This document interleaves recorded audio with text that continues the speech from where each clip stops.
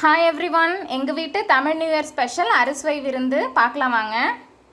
First white rice, அதுக்கு அடுத்தது கார்ப்பு சுவையுள்ள காரமான சாம்பார், மாங்காய் முருங்கைக்காய் போட்டு சாம்பார் வச்சுருக்கேன். அதுக்கு அடுத்தது புளிப்பு சுவைக்கு நம்மளுக்கு புளி ரசம் வச்சாச்சு. உவர்ப்பு சுவை அதாவது உப்பு நம்ம எல்லாத்துலேயுமே கலந்துருக்கோம். ஸோ 3 சுவை நம்ம இது வரைக்கும் கவர் பண்ணியிருக்கோம். அதுக்கு அடுத்தது இது பம்கின் பொரியல் பண்ணியிருக்கேன். அதுக்கு அடுத்தது இது வாழைக்காய் பொரியல். இது நம்மளுக்கு துவர்ப்பு சுவையை கொடுக்கும்.